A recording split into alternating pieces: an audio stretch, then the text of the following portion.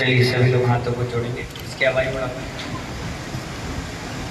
रोज के रोज को छेड़ते क्यों? एक बार सेट किया करो, बंद अब चालू किया करो। सभी लोग हाथों को जोड़ लीजिए। क्या है, एक बार हम दोबारा आप सभी लोग बोलेंगे। नमो हरिहंताणम, आवाज नमो सिद्धाणम, नमो आयेरियाणम, नमो उवच्छायाणम, नमो लोए सप साहुणम। जय बोले अनंतान सिद्ध परमेष्टि भगवान की। परम पूज्य आचार्य गुरुवर विराट सागर जी महाराज की जय। जिनवाणी माता की जय। जय बोली बरसो वाली बाबा की जय। जय बोले मेडिटेशन गुरु उपाध्याय श्री भीषण सागर महाराज की, मुनिराज विश्व श्याम सागर जी महाराज की, मुनि संघ की। इसकी थोड़ी सी आवाज और बढ़ा, हल्का सा ट्रेवल दे दो। हेलो, ठीक। चल महानुभाव, हम सभी लोग आज 25वें नंबर का काव्य 2 अगस्त की तारीख को भक्तामर स्तोत्र का पढ़ रहे हैं। आज का जो काव्य है उसका शीर्षक है दृष्टि दोष निरोधक। दृष्टि यानी समझ के नजर, क्या कहते हैं सतीश जी इसको? दृष्टि दोष का मतलब नजरों से होता है। कई लोग जानते नहीं हैं कि नजर होती है कि नहीं होती, लेकिन हमारे यहाँ तंत्र मंत्र और यंत्र कहा गया है। जो तंत्र है वो टोटका, इन नजरों को टोटका की संज्ञा में लिया जाता है। इसलिए घरों में जब नया मकान बने तो एक काला कलर का एक आकृति बनाकर लगा दी जाती है। ट्रक के पीछे लिख दिया जाता है, बुरी नजर वाले तेरा मुंह काला। छोटा सा बच्चा भी खेलता कूदता सुंदर है तो माँ अच्छे से काजल लगाने के बाद कान के पीछे, सिर पे, पैर पर, हाथ पे, पीठे क्या लगा देती है? काला टीका। यहाँ तक कि कोई नई चीज लेकर आता है तो काला धागा बांध दिया जाता है। मूर्तियां भी आती हैं तो क्या बांध दिया जाता है उसमें? काला धागा, कि किसी की बुरी नजर ना लगे। यानी कहीं ना कहीं इस नजरों का प्रभाव है। इसलिए तो आचार्य मानतु स्वामी मुनिराज ने इस काव्य में दृष्टि दोष निरोधक का काव्य किया है। क्या दिया है? दृष्टि दोष निरोधक के रूप में। अगर किसी को ऐसे नजरें, कई लोग हैं जिनका विल पावर कम है, जो स्ट्रांग नहीं है, मजबूत नहीं है, हल्का सा मौसम खराब हुआ, तबीयत खराब हो गई, हल्का सा किसी ने हाय कह दिया, बोल दिया, अरे वाह बहुत सुंदर, तुरंत बीमार पड़ जाते हैं। तो ऐसे लोगों के लिए ये रक्षा कवच के रूप में काम करता है। ये काव्य 25वें नंबर का, साथ ही साथ इसके मंत्र की आराधना करने से, इसकी मंत्र की स्थापना करने से, इसके यंत्र को रखने से, इसकी विधि विधान करने से दृष्टि दोष ठीक हो जाता है। अगर ये सब आप नहीं कर पा रहे हैं तो सबसे अच्छा है, जेंट्स है तो शांति धारा करें। क्या करें? शांति धारा करे, अभिषेक करे, भगवान को टच करके आ जाए, जो भी ये दृष्टि दोष ठीक हो जाता है। और महिलाएं हैं ये तो भगवान को अभिषेक कर नहीं सकती, टच कर नहीं सकती, तो सबसे अच्छी बात ये है कि चमर है, 2 चमर रखे रहते हैं मंदिर में, एक चमर लो और अच्छे से ढो। कब? जब भगवान का अभिषेक हो, शांति धारा के बाद आरती हो रही हो, और ढो करके वहीं वापस रख दीजिए और आ जाइए। इससे आपके दृष्टि दोष का बहुत कुछ निराकरण हो जाएगा। दुकान पे है, दुकान पर है तो मंगलवार और शनिवार के दिन लोग नींबू और मिर्ची बांध देते हैं, जिससे कोई नजरे या दृष्टि दोष है तो ठीक हो जाए। कई बार ऐसा भी देखा गया है, किसी को बहुत ज्यादा हाई लगी है, बहुत जबरदस्त हाई लगी है, तो क्या किया जाता है? नींबू लिया जाता है, दुकान में 27 बार घुमा करके उत्तर दिशा में इसको फेंक दिया जाता है और पीछे पलटकर देखा नहीं जाता। इससे भी दृष्टि दोष ठीक हो जाता है। जो नजरें दुकानों को बांध दिए जाते हैं ईर्ष्या भाव में, तो उसके लिए निराकरण होता है। ठीक है ना? बहुत सारी चीजें हैं, अगर इतना बताते रहूंगा मैं तो ये काव्य आप पढ़ ही नहीं पाएंगे। इसलिए बहुत अच्छी चीजें आपको पॉइंट टू पॉइंट विजय मोदी जी हमने बता दी, इससे आप समझदार हैं और जब आपको लगे तो इस चीजों का उपयोग कर सकते हैं। दुकान खोलकर नहीं बैठना है। क्या? दुकान खोलकर आपको नहीं बैठना है इस मंत्र तंत्र की। आप अपनी सुरक्षा के लिए इसको उपयोग कर सकते हैं। क्या कहा मैंने? अपनी सुरक्षा के लिए, अपनी व्यवस्था के लिए, कहीं आपको मिथ्यात्व में ना जाना पड़े, किसी के इधर उधर जाकर के हाथ पैर ना डालना जोड़ना पड़े, इसलिए आपको सिखा रहे हैं कि आप अपने आप में मजबूत हो जाए। ठीक है?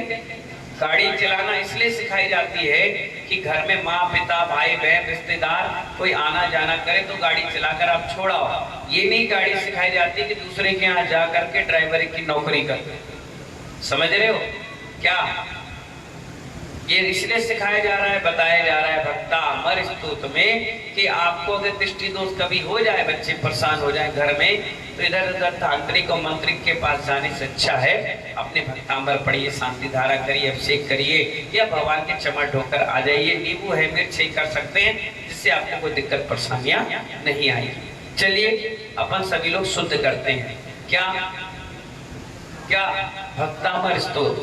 और इसका भावार्थ जो है बहुत प्यारा है, सिर्फ भगवान की संज्ञा दी गई इसमें, भगवान के नाम के साथ संज्ञा दी गई, उसको भी पढ़ेंगे, है ना? बुद्धस्त्व बोलो, एक साथ बोलो, बुद्धस्त्व। बुद्धस नहीं, बुद्धस्त्व। वह अलग है, बुद्धस्त्व अलग है। तो पढ़िए, बुद्धस्त्व मेव। वह कौन सा है? वन का। बोले मेव। विभु, विभु, विभु नहीं बोलो, बी है वन का और बकरी का भू है, तो क्या बोलेंगे? विभु धार चित। धार चित, चित नहीं है, चित पत्र भी नहीं है, ता है, तो बोलो विभु धार चित बुद्धि बोधार। धा में आगे मात्रा है ना, और वो बड़ा है, बोधार, बोधार है ना। तुम संकरोषि, संकरोषि भुवनत्रयम, त्रयम नहीं सॉरी, भुवनत्रय संकरत्वात्। संग बोलो, संग, संग ना आ जाएगा इधर, करत्वात् बोलो, संकरत्वात्। फिर से बोलिए जोर से, संकरत्वात्। ठीक है ना? शुद्धि हो गई। आगे पढ़ते, धातासी, धातासी धीर शिव मार्ग विधेर, क्योंकि बी के ऊपर रा है ना, तो विधेर हो जाएगा, आधा रा आ जाएगा। विधेर विधानात्, विधानात् नाम में आखिरी मात्रा है ना, बोलिए विधानात्। हो गया? अब नीचे का व्यक्तम, व्यक्तम, तम अलग है, व्यक्त अलग है। व्यक्तम त्वमेव, त्वमेव भगवान पुरुषोत्तमोसी। बोलो, पुरुषोत्तमोसी। सी छोटा है, मुंह बड़ा है, बोलो मोसी। मौसी नहीं बोलना है, मोसी। ठीक है? चलिए शुद्ध कर लिए, कोई दिक्कत परेशानी? अब एक बार मैं पढ़ता हूं, रिपीट आप पढ़ेंगे। ठीक है? बुद्धस्त्वमेव विबुधाचित बुद्धिबोधा।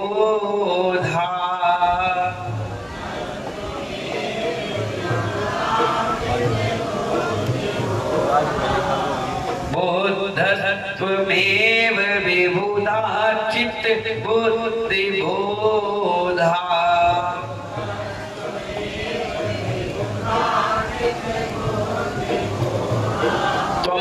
संकरोषि भुवनत्रय संकरत्वात्।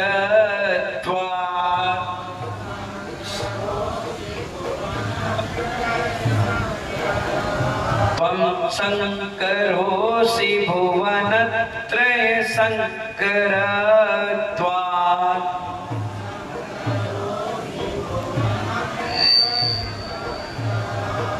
नीचे की लाइन, धाता सिद्धीर शिव मार्ग विधेर विधाना।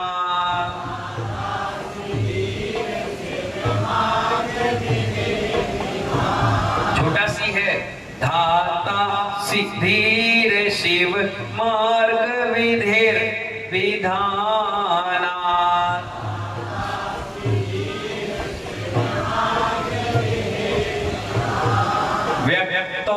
त्वमेव भगवन् पुरुषोत्तमोऽसि।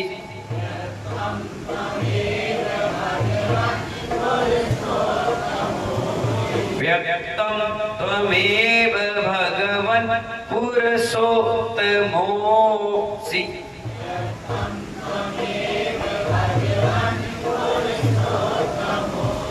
बहुत बढ़िया पढ़ा। अब सब जेंट्स पढ़ेंगे, ठीक है।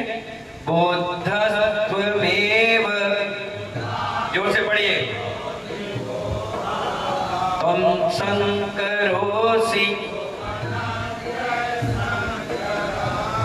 दातासि व्यक्तं। सभी महिलाएं बुद्धस्त्वमेव, जोर से। त्वं शंकरोऽसि दातासि व्यक्तं। सभी एक साथ पढ़िए। बुद्धस्त्व, जोर से पढ़िए। त्वं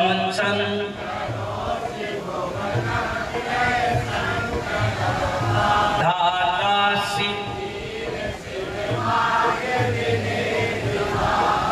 व्यक्तं।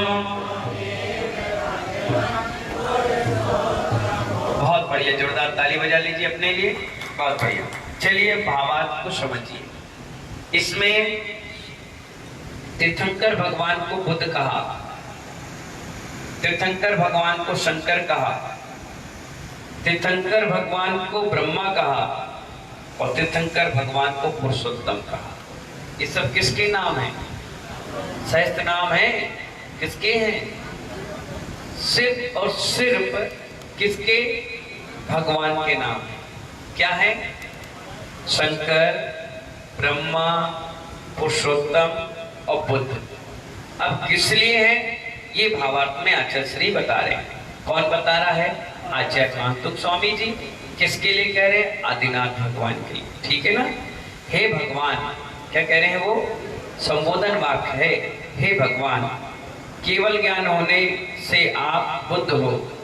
क्या हो गए? केवल ज्ञान हो गया तो क्या हो गए आप? बुद्ध। बुद्ध महात्मा नहीं, बुद्ध, ठीक है। और सुख शांति देने वाले हो, इसलिए आप क्या हो? शंकर हो। सुख और शांति देने के लिए आप क्या हो? शंकर हो। सत्य पथ देने के कारण आप ही ब्रह्मा हो। सत्य का पथ देने के कारण आप क्या हैं? ब्रह्मा हैं। और निर्मोह और परम अहिंसक होने के कारण आप पुरुषोत्तम। क्या है? पुरुषोत्तम में जो उत्तम हो उसे क्या कहते हैं? पुरुषोत्तम। इसलिए आप निर्मोह और परम अहिंसक होने के कारण। बस इतने ही इसका भावार्थ है। क्या है? हाँ, इसलिए तो आदिनाथ भगवान को बुद्ध भी कहा, आदिनाथ भगवान को शंकर भी कहा, आदिनाथ भगवान को पुरुषोत्तम भी कहा और आदिनाथ भगवान को ब्रह्मा जी भी कहा। समझ गए ना। तो ये चारों नाम किसके हैं? आदिनाथ भगवान के, ऋषभदेव भगवान के, ठीक है। इस प्रकार से इसका भावार्थ है सिर्फ भगवान के नाम को कहा गया उनके गुणों के कारण। ये गुण है आपके अंदर इसलिए आप ये हो, आपके अंदर ये गुण है इसलिए आप ये हो, आपके अंदर ये गुण है। अतिशुक्तियों के साथ नामकरण करके भगवान की सम्मान और सम्मान को बढ़ाया गया, ठीक है ना। चलिए आगे पढ़ेंगे इसका रिद्धि अर्थ। ओम ह्रीम अरहम नमो उक्तवाणम रिद्धि सहित श्री आदिनाथ जनेन्द्राय अर्घम निर्वपामिति। बहुत बढ़िया। आगे आप देखिए 105 नंबर पे यंत्र बना हुआ है। उस यंत्र के नीचे सिद्धि रिद्धि मंत्र लिखा है। ओम ह्रीम अरहम नमो उक्तवाणम झोम झोम नमः स्वाहा। ऐसे ऋषि जो उग्र तपस्चरण करते हैं उन्हें मेरा प्रणाम। क्या कहा? उग्र तप समझ गए कि नहीं? बताओ राजू, माइक कहाँ है? दीपक, राजू खड़े हो, बताओ। माइक देवता, माइक दो। हाँ बताओ बताओ सतीश जी, दोनों से पूछ रहे हैं, बताओ उग्र तप किसे कहते हैं? आप बताओ राजू भाई पहले।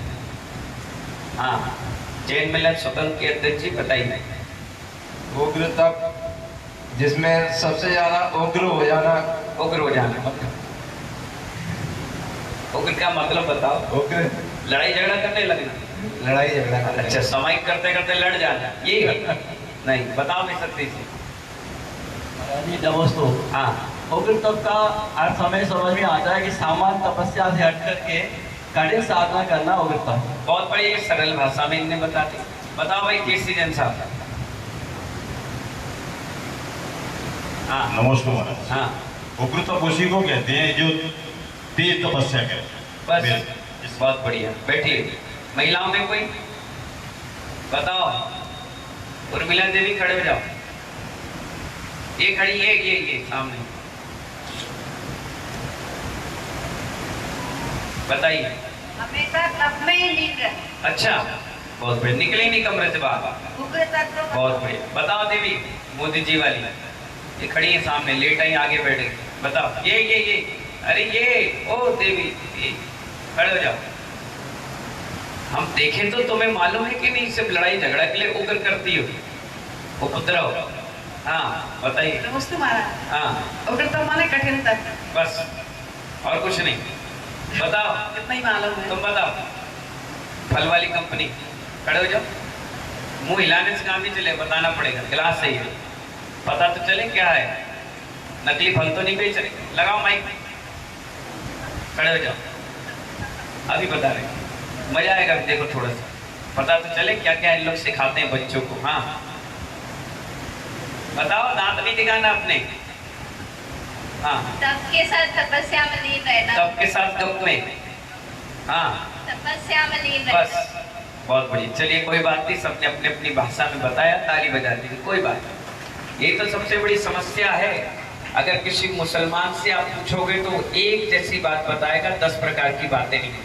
हिंदू से पूछोगे उनकी पूजा पद्धति एक जैसी, क्रिश्चियन से पूछोगे, गुरु नानक से पूछोगे, बौद्ध से पूछोगे, और बनियों से पूछो तो 10 लोग हैं तो 10 प्रकार के विचार। जिसको जो अच्छा लगता है वो करता है, कहता है यही आगम है। क्या कहता है? खुद को मालूम नहीं है, लेकिन वो क्या कहता है? यही आगम है, मैंने पढ़ा है, मैंने देखा है, मैंने सुना है। अरे पगला, आगम की डिफिनेशन जानते हो तुम क्या होता है? मालूम है? आ का मतलब आप। बोलो, हाथ जोड़ो, बोलो हे उपाध्याय श्री। हे उपाध्याय श्री। आगम का मतलब बताइए। आगम का मतलब बताइए। आ का मतलब आपके द्वारा, अरहंतों के द्वारा। किसके द्वारा? अरहंतों के द्वारा। अरहंत, ठीक है ना? ठीक। और का मतलब गणधर के द्वारा।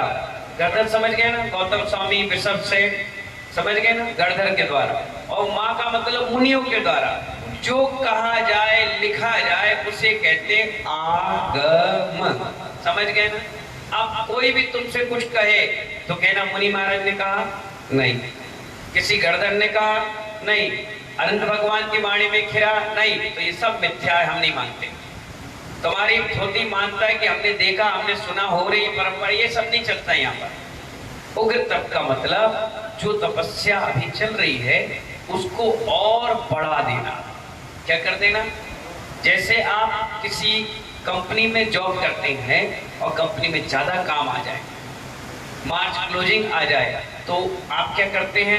ओवर वर्क करते हैं। जिससे 6 बजे आप घर आते हैं तो 8 बजे और 10 बजे तक वापस आए, 11 बजे 12 बजे ओवर टाइम जॉब करते हैं, तो क्या होता है? ओवर टाइम का आपको अमाउंट मिल जाता है, पुरस्कार मिलता है, बोनस मिलता है। इसी प्रकार जो तपस्या हम कर रहे हैं उसमें उस तपस्या को बढ़ा लेना। जैसे 48 मिनट से कुछ कम की सामायिक होती है। कितनी? अब हम 1 घंटे बैठे रहे तो ये 12 मिनट हमारा उग्र तप है, एक्स्ट्रा। क्या कहा मैंने? अगर बैठ के सामायिक है तो मैंने तपस्या को बढ़ा ली, मैं खड़े होकर करने लग गया।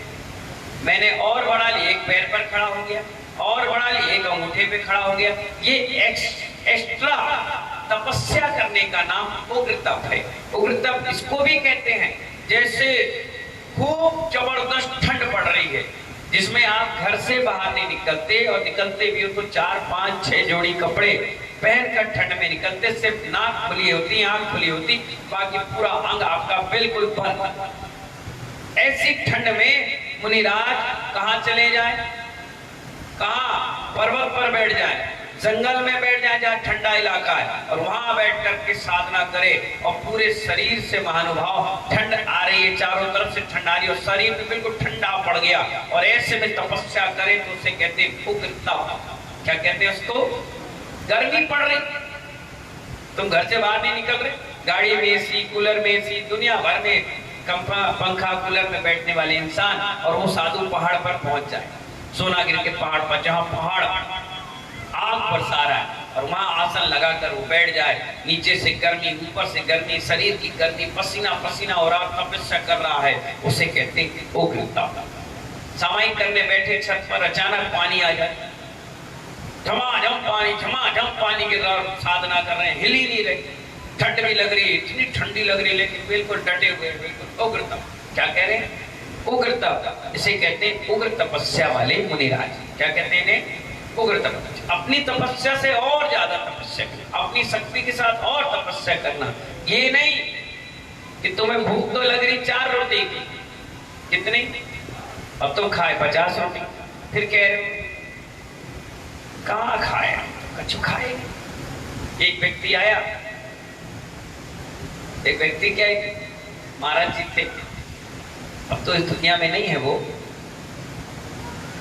उनकी डाइट अच्छी थी, पहलवान वाला शरीर था, अच्छी डाइट थी, तो चौका में जब जाते थे तो अच्छी रोटी लेकर आते थे। एक बार हमारे साथ पड़क गए और उनका आहार हुआ, 22.5 रोटी लिए होते, कितनी? और अंतराय हो गया। क्या हो गया? अंतराय हुआ, गुरु जी के पास पहुंचे, हम भी पीछे बैठे थे, हमसे आगे बैठे थे, बड़े थे, सीनियर थे। आज से पूछते, हाँ भाई कैसा आहार हुआ, कैसा आहार हुआ, कैसा आहार हुआ, कहाँ गए थे, क्या है, क्या खा के आए, बताओ। बताना पड़ता है गुरु को, और नहीं बताओगे तो डांट पड़ती है, नियम है, इरियापत भक्ति में त्याग कराया जाता है। तो बस उनसे पूछे क्या हुआ? बोले महाराज अंतराय हो गया।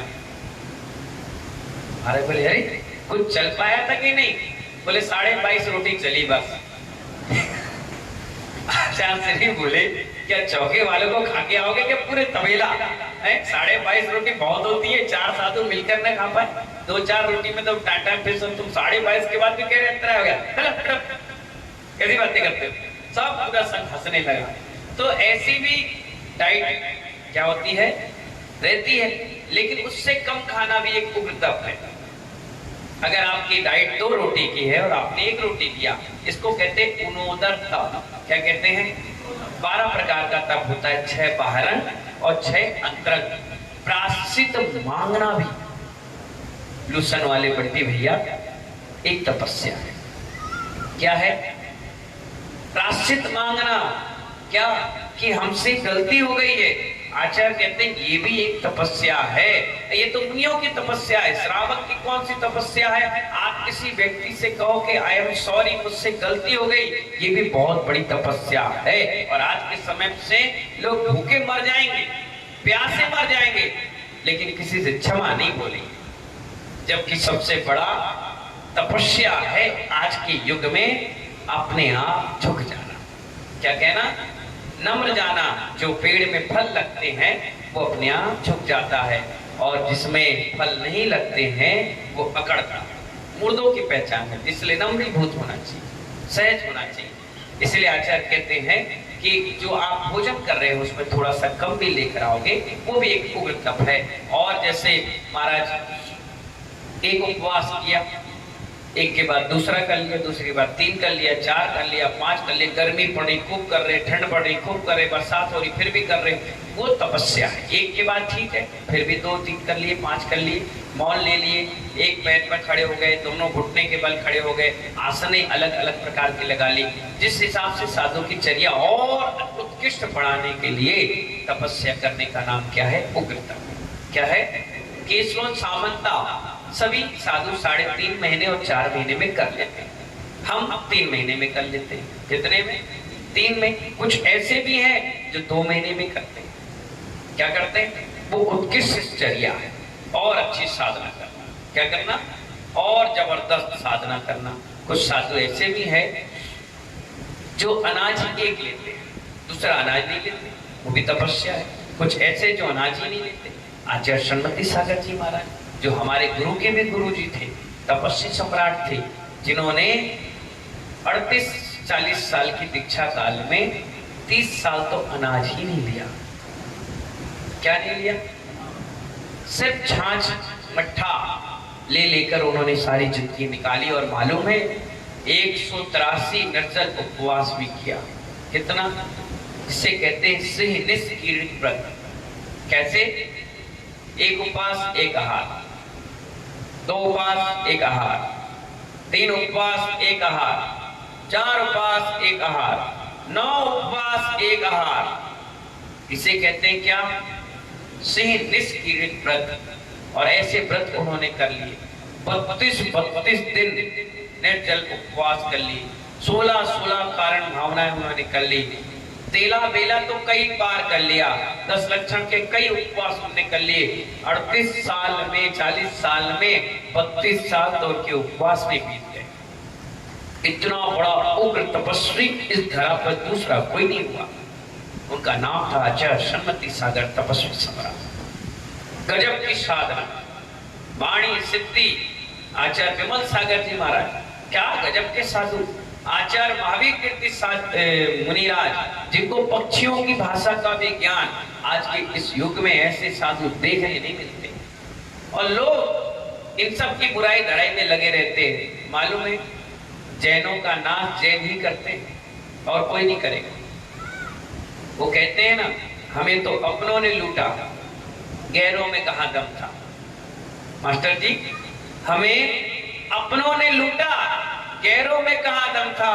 और मेरी किश्ती मां डूबी जहां पानी नहीं था। पानी कम भी नहीं, यहां तो पानी ही नहीं है, वहां डूब गई जाके किश्ती जहां पानी नहीं। कितनी बड़ी बात। अभी देखिए कोई बात हो जाएगी ना तो एक बनिया को दबाएगा, चिल्लाएगा, और वही बाहर दुकान पर कोई लड़ जाएगा, भाई वो 2-4 देते जाएगा, 2-4 देते जाएगा। बगल में बनिया खड़ा होकर बोले और मारो।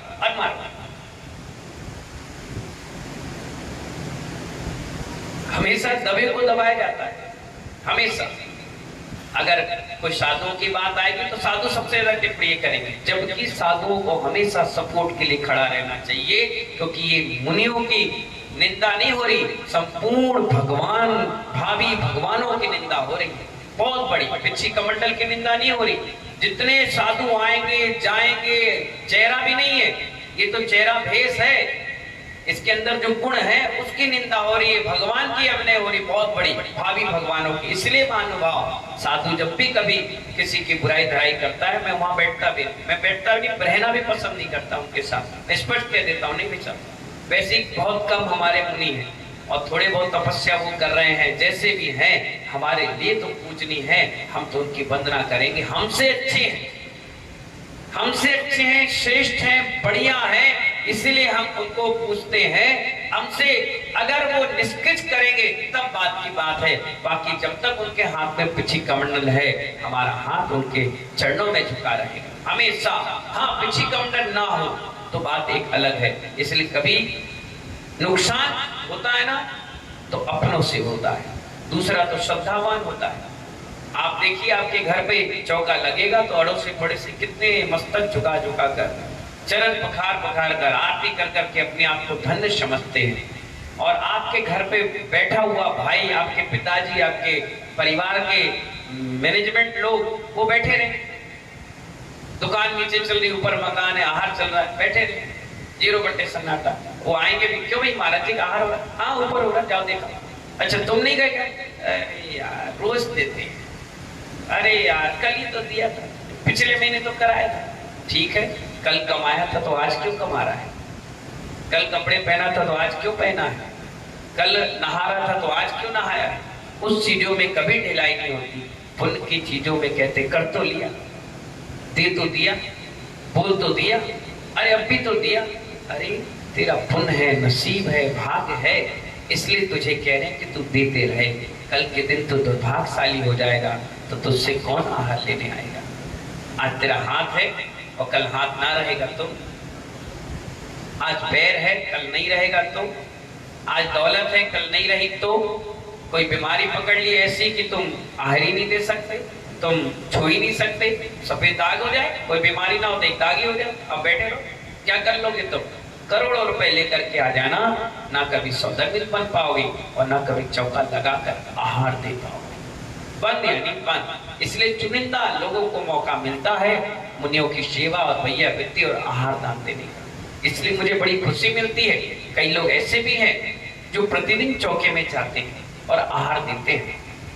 कई बार मैं पूछ लेता हूं उनसे, क्यों भाई थक तो नहीं गए? बोले महाराज जी स्त्री पर्याय है, 24 दिन आहार देने का मौका मिलता है, जब 6 दिन घर में रहते हैं तो रोते हैं कि काश स्त्री पर्याय नहीं होती तो आज 6 दिन हम आहार देते। इतने लोग खुश होते हैं, वो सोचते हैं कि हमें कितना पुण्य है कि आहार देने का मौका मिलता है, सेवा करने का मौका मिलता है। चौके में जो व्यक्ति आचार्य कुंद देव कहते हैं, अगर प्रसाद रूप भी ग्रहण कर लेता है तो निर्माण के अधिकारी बन जाता है। कितनी बड़ी बात वो कह रहे हैं, चौके में आहार देना तो बहुत बड़ी बात है।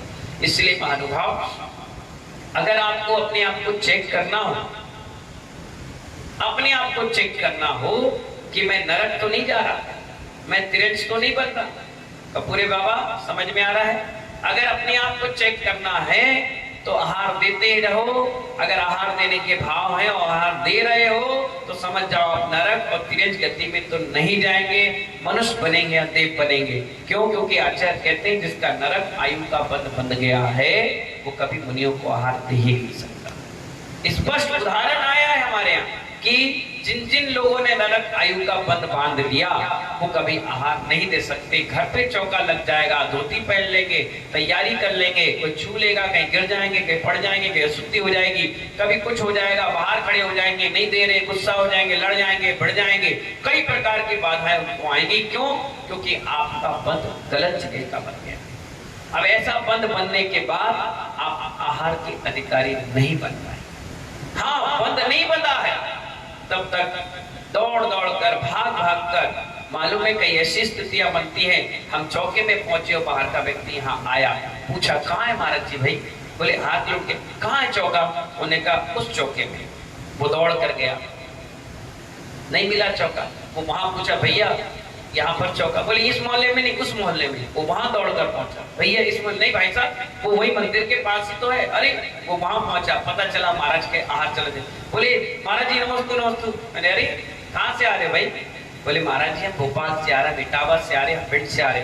महाराज 2 मिनट बस हम आहार देने जा रहे हैं। कितनी भावुकता, देखिए कितनी दूर से, 500 400 1000 किलोमीटर दूर से सिर्फ वो आहार देने के लिए आया, कपड़े बदला और तुरंत शुद्धि बोली और आहार दे लिया। और तुम जैसे मूर्खों को देखो, बगल में महाराज बैठे, कल दिया था, थक गए। अरे भैया समझ जाओ बंद बन गया है या बंधने की तैयारी। सोच लीजिए, विचार कर लीजिए।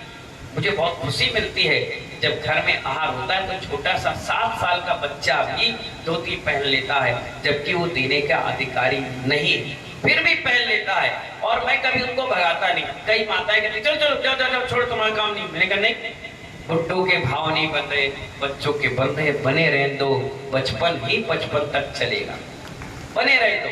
और उनसे पैर धुलवा लेते हैं, हाथ धुलवा लेते हैं, कुल्ला करवा लिया, पिच्छी दे ली। वो इतने खुश हो जाते हैं, इतने खुश हो जाते हैं, कहते हैं वाह मम्मी अगली बार फिर पहनाना, अगली बार फिर लगाना, अगली बार फिर मैं जाऊंगा, संडे को जहां होंगे मुनिराज मैं वहां हाथ देने जाऊंगा। मुझे बड़ी खुशी हो। हम लोग जैन नगर भोपाल में थे, संडे को माताएं अपनी बिटिया और बच्चों को लेकर आती थी और कहती थी महाराज श्री ये आज 8 साल का हो गया है, पहला गिलास इससे लीजिए, महाराज श्री शांति धारा इससे कराइए। अरे तुम तो कुछ नहीं करती, टमटम में बैठ के आ गई और टमटम बन के चली गई, कुछ नहीं करती। तुम्हारे अंदर संस्कार तो पिचकारी से, इंजेक्शन से लगा लगा के डालना पड़ेगा, तब जाकर तुम सीख पाओगी। तुम्हें इतना ज्ञान नहीं रहता कि संडे है तुरंत कहो चलो कपड़े बदलो, हम भी चल रहे हैं, तुम भी चलो, मुनिराज को आहार दे। पता नहीं कौन सा संडे अपना अंतिम हो जाए, कौन सा मौका मिले ना मिले, हो सकता है किस संडे पर उपवास हो जाए, ना मिले तुम्हें आहार, नई व्यवस्था बन पाए। बहुत पुणात्मा जीव होते हैं जो बचपन और बचपन को लेकर के चलते हैं। हमें मौका मिले तो तुरंत करना चाहिए। बड़ी खुशी मिलती है कि जब किसी के घर पे आहार होता है, पूरी फैमिली एक साथ मिलकर के आहार देती है। मैं कहता हूँ सारी परिवार मिलकर के आहार दो। कल चौके में आहार हो रहा था, कुछ सामग्री चल रही थी, मैंने कहा आप इसको खाते हैं कि नहीं खाते जो हमें खिला रहे हैं? बोले खाते हैं ना, हम लोग सब लोग मिलकर खाते हैं। पीछे से एक भाई बोले 6 साल से नहीं खाए महाराज जी। मैंने कहा अच्छा 6 साल हो गए? मैंने कहा आज चौके के निमित्त से खाना, कम से कम प्रेम वात्सल तो जाके रहेगा। तो चौके में आने से प्रेम भाव भी बढ़ता है, लोगों में आना जाना उठना बैठना एक व्यवहारिकता। जिन महिलाओं को तुमने घर में घुसे घुसे देखा है, जिन परिवारों को आपने कभी निकल कर बाहर नहीं देखा, वो चौके के माध्यम से निकल आते हैं, दौड़ते हैं, भागते हैं, अरे भिंड में जब जाओ यहाँ तो कुछ नहीं है, लोग डरते हैं, भयभीत होते हैं और बड़े नाक वाले हैं कि हम इसके चौके में नहीं जाएंगे, उसने हमें बुलाया नहीं तो नहीं जाएंगे, वैसे नहीं जाएंगे। अरे हमने कहा कि ना बुलाए कोई बात नहीं, आप चौके में जाकर पूछ तो सकते हो कि हम चौके में आहार दे लें। हमने मना कब किया कि आप मत जाओ? आप पूछिए और आराम से दीजिए। पिंड में अगर मैं अभी होता तो कम से कम 50 को लड़के लड़कियां रोज चौके में सिर्फ आहार देने जाते, सिर्फ आहार देने। उनके भाव होते हैं कि 11 बजे हम दुकान खोलेंगे, लेकिन पहला गिलास आहार देंगे। आप जाइए सिवनी के पास छपारा जैन समाज है, कौन सी? किसी के रिश्तेदार हो तो फोन लगा कर पूछना, वो खुद बताएंगे आप। छपारा का नियम है 8:30 बजे मंगल प्रवचन होता है। कितने बजे? और पूरा प्रांगण ठस भरा रहता है। जब हम लोग पहुंचे तो हमने देखा 8:15 बजे आ गए अध्यक्ष जी, हमारा जी चलिए प्रवचन। हम गए, दीप प्रज्वलन और सब कुछ हुआ। 8:30 बजे राइट चालू हो गया प्रवचन। 9:15 बजे बिल्कुल बंद जैसे ही हुआ हम शुद्धि करने लगे। कम से कम 1000 व्यक्ति नीचे खड़ा। हम देखे, मैंने कहा आज कुछ उठानी है क्या? नहीं महाराज जी, हमारी छपारा का नियम है जब तक साधु पहला ग्रास ना ले हमारी दुकानें नहीं खुलती, हमारे घर में कोई भोजन नहीं करता। मैंने कहा अरे अगर मैं 10 बजाऊं तो भी, 11 बजाऊं तो भी, दोपहर के 2 बजे भी आहार होगा, दुकान उसी समय खुलेगी। मालूम है महानुभाव चांदी की बेदी बनकर वहां तैयार हो गई, क्योंकि जो पुण्यात्मा जी ऐसे कार्य करते हैं वहां पुण्य की चीजें होती हैं। जब मैं 9:15 बजे उठा, 9:30 बजे जैसे चौका में पहुंचा, जैसे ही पहला ग्रास मेरी अंजलि में आया, सबने वहीं से बोला नमस्तु नमस्तु नमस्तु नमस्तु बोले और सीधे अपनी दुकान पर निकल गए और दुकान खोल के बैठ गए। और देखिए साधु आया, किसी को खबर नहीं थी, एक इतना बड़ा घंटा लगा वहां पर मंदिर के गेट पर, जोर से घंटा माली बजा गया। सारे दुकानदारों ने अपने शटर बंद किए और सब के सब पहुंच गए लेने के लिए। मुनिराज जैसे विहार करे, घंटा बज गया, सब ने अपने दुकान मकान बंद करे और महाराज का। तभी तो वहां हर साल चतुर्मास होता है, बड़े बड़े साधु वहां आते हैं और आशीर्वाद देकर जाते हैं। ऐसे उपाध्याय परमेष्टि भी जैन समाज छपारा का नाम ले रहे हैं तो जरूर कोई क्वालिटी होगी, तभी नाम ले रहे। तुम्हारा क्यों नहीं ले रहे? पड़ोसी का क्यों नहीं ले रहे? हम क्वांटिटी तो है लेकिन क्वालिटी 0 है। क्या है? 0 है, कोई क्वालिटी नहीं। अगर कोई आकर कह दे कि तुमने 1 महीने में क्या सीखा, तो सिर्फ लड़ाई झगड़ा के अलावा तुमने कुछ नहीं सीखा, कुछ नहीं सीखा। जिनने सीखा वो तो सीख गए, जिनको नहीं सीखना था वो जिंदगी भर कुछ कर लो। ठुर्रू चना है, कितनी चना को वो कर लो, किसमें आंच में पका लो, वो रहेंगे ठुर्रू की ठुर्रू, उनको कोई अकल नहीं आई। तो अपन तो जो अकल वाले हैं वो काम करें। और आचार्य भवन करें, उग तरफ की बात चल रही थी। ऐसे ऋषि जो बहुत बढ़िया तपस्या करते हैं, तपस्या में भी महातपस्या करते हैं, उनकी बात चल रही थी। ऐसे उन मुनिराज को प्रणाम करते हैं और सिद्धि मंत्र पढ़िए। ओम ह्रां ह्रीं ह्रों ह्रां, जोर से बोलिए। अस्या उषा झोम झोम स्वाहा। ओम नमो भगवते जय विजया पराजिते सर सौभाग्यम सर सौख्यम कुरु कुरु स्वाहा। विधि सुनिए। स्नान करके लाल रंग के वस्त्र पहनकर यंत्र स्थापित कर उसकी पूजा करें, आरती उतारें, रात्रि के समय किसी एकांत स्थान में निर्भय होकर 4000 बार मंत्र रिद्धि मंत्र स्मरण कर मंत्र सिद्ध करना चाहिए। 4000 का मतलब 40 माला। कितने? 40 भी नहीं, 38 माले में काम हो जाएगा। मैंने तो कल 80 माला बताई थी, ये तो 40 माला में ही काम हो जाएगा। बहुत छोटा मंत्र है। 25वां काम सिद्धि मंत्र की स्मरण एवं यंत्र को पास में रखने से धीज उतरती है। धीज होती है, किसी भाषा में होगा, नजर उतरती है, दृष्टि दोष से आदमी बचता है, अग्नि का प्रभाव भी नहीं पड़ता, मारने के लिए उद्दत शत्रु के हाथ से शस्त्र गिर जाता है, वह वार नहीं कर पाता। उस समय का लिखा हुआ है, जब राजा महाराजा होते थे, किसी ने आपको कुछ किया और आपने इस मंत्र की आराधना कर रखी होगी और मंत्र पढ़ लिया तो सामने वाला आप पर वार नहीं करता। अभी एक उमरी में ऐसी घटना घटी, भिट के पास हम लोग का शिक्षक महामंडल विधान चल रहा था। एक चाय और नाश्ते की दुकान थी किसी जैन की, वहाँ 3-4 लड़के आ गए और किसी बात पर बहस हो गई। वो गया और सीधे वो ले आया कट्टा और सीधे उस पर तानने लगा। किस्मत थी इस लड़के की, जैसे वो आना माइक लगे थे बाहर बाजार में, हमने नमोकार मंत्र बोला, उसको तुरंत याद आ गया, जैन था, वो हाथ जोड़ करके नया नमो रेंताड़म नमो सिद्धाड़म। वो व्यक्ति ने जैसे कट्टा चलाया, धुआं निकला, उतने में तो 3-4 लोगों ने पकड़ लिया उसको, वो बच गया। तुरंत मेरे पास आया और आकर बोला, महाराज जी आज नमोकार मंत्र ने मुझे बचा लिया। इतना बड़ा प्रभाव है। ऐसा नहीं कि चमत्कार नहीं होते, आज भी है, लेकिन श्रद्धा भक्ति हो। तुम्हारे जैसी खोखली भक्ति नहीं, ऊपरी पट्टी दिखाया, बंगला भक्ति दिखाई और भाग निकली, नहीं, ऐसा नहीं। एकदम श्रद्धा भक्ति आज भी आप रखेंगे तो आज भी इस पंचम काल में चमत्कार और अतिशय होता है। दिगंबर मुनि दिख रहे हैं, सबसे बड़ा अतिशय चमत्कार है। यत तत जुगनुओं की तरह चमकते हैं, मिलते नहीं। ये बहुत बड़ी किस्मत है कि 20 साल में आपके यहाँ वर्षा योग हो रहा है। 20 साल पता नहीं अब हो कि नहीं हो कि ना हो, ये भी गारंटी नहीं। तुम कितने बंडल के बंडल ले जाना, साधु के सामने पटक देना, लेकिन साधु जब आएगा जब तुम्हारा भाग्य फुल होगा, बाकी कभी नहीं आता। तो इस प्रकार से इस काव्य को आप पढ़िएगा। ये 25वें नंबर का काव्य है। कौन से नंबर का? और दृष्टि दोष निरोधक है। किसी भी प्रकार की दृष्टि, नजर या हाय या किसी प्रकार का आपको कोई परेशानी आती है, बांध दिया है किसी ने, तो उसके लिए काम आता है। आग लग गई तो उसको शांत करने में काम आता है। शत्रुओं पर स्तंभन का काम आता है, उनको रोकने के लिए। उनके शस्त्र गिर जाते हैं, वो मार नहीं पाते, रास्ते बदल जाते हैं या कहीं दिक्कत परेशानी भी नहीं आती। इस प्रकार से आज का ये 25वें नंबर का काव्य सानंद आपका संपन्न हुआ। जय बोले महावीर भगवान की।